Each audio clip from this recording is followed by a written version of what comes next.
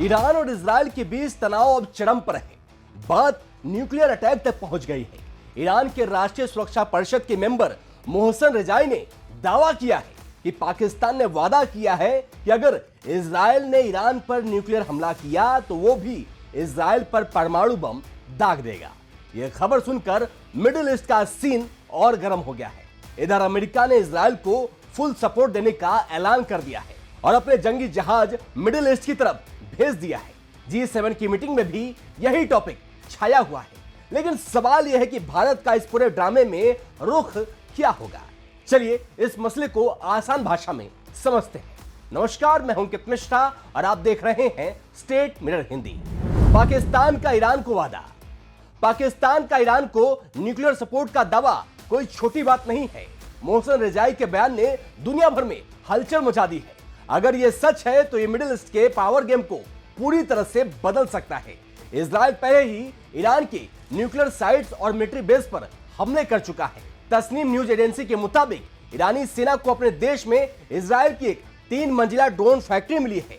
Iran का कहना है कि इजराइल ने इन ड्रोन से उनके न्यूक्लियर प्लांट्स को टारगेट किया।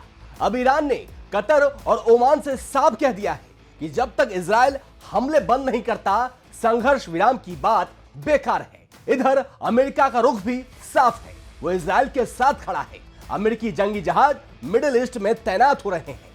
G7 की मीटिंग में भी फ्रांस, अमेरिका जैसे देश इजराइल के सपोर्ट में दिख रहे हैं। लेकिन इस बीच पाकिस्तान का ईरान के साथ आना एक नया ट्विस्ट है।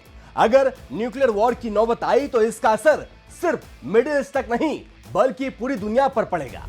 भारत का रुख। भारत इस मसले पर बैलेंस्ड अप्रोच रख रहा है। भारतीय विदेश मंत्रालय ने साफ कहा है कि वो ईरान और इजराइल दोनों के साथ दोस्ती निभाता है। भारत ने दोनों देशों से शांति बनाए रखने और तनाव न बढ़ाने की अपील की है। तेहरान में भारतीय दूतावास ईरान में पढ़ रहे भारतीय स्टूडेंट्स की सेफ्टी के लिए दिन रात काम कर रहा है। स्टूडेंट्स को सिक्योर जगह पर शिफ्ट किया जा रहा है। भारत G7 मीटिंग में भी इस मसले पर शांति और डिप्लोमेसी की बात रखेगा। लेकिन पाकिस्तान का न्यूक्लियर दांव भारत के लिए चिंता की बात है। पाकिस्तान से भारत की पुरानी टेंशन को देखते हुए भारत इस मामले में बहुत सावधानी से कदम उठाएगा। भारत नहीं चाहेगा कि मिडिल ईस्ट का यह तनाव साउथ एशिया में नए टकराव को जन्म दे। देखिए, ईरान इजराइल का टकराव अब सिर्फ 2 देशों की लड़ाई नहीं रहा है। अमेरिका, G7 जैसे बड़े देश के प्लेयर्स इस युद्ध में शामिल हो चुके हैं और पाकिस्तान जैसा छोटा देश गेम में कूदकर जबरदस्ती शामिल होना चाहता है। वो कहते हैं ना कि मुंगेरी लाल के हसीन सपने, बस वही बात पाकिस्तान के साथ फिट बैठता है। खैर, युद्ध में न्यूक्लियर बम की बात ने टेंशन को और बढ़ा दिया है। भारत की कोशिश होगी कि डिप्लोमेसी से मसला सुलझे और मिडिल ईस्ट में शांति बनी रहे। लेकिन अगर बात बिगड़ी तो भारत को अपनी सिक्योरिटी और स्ट्रेटेजिक इंटरेस्ट को प्रोटेक्ट करने के लिए तैयार रहना होगा।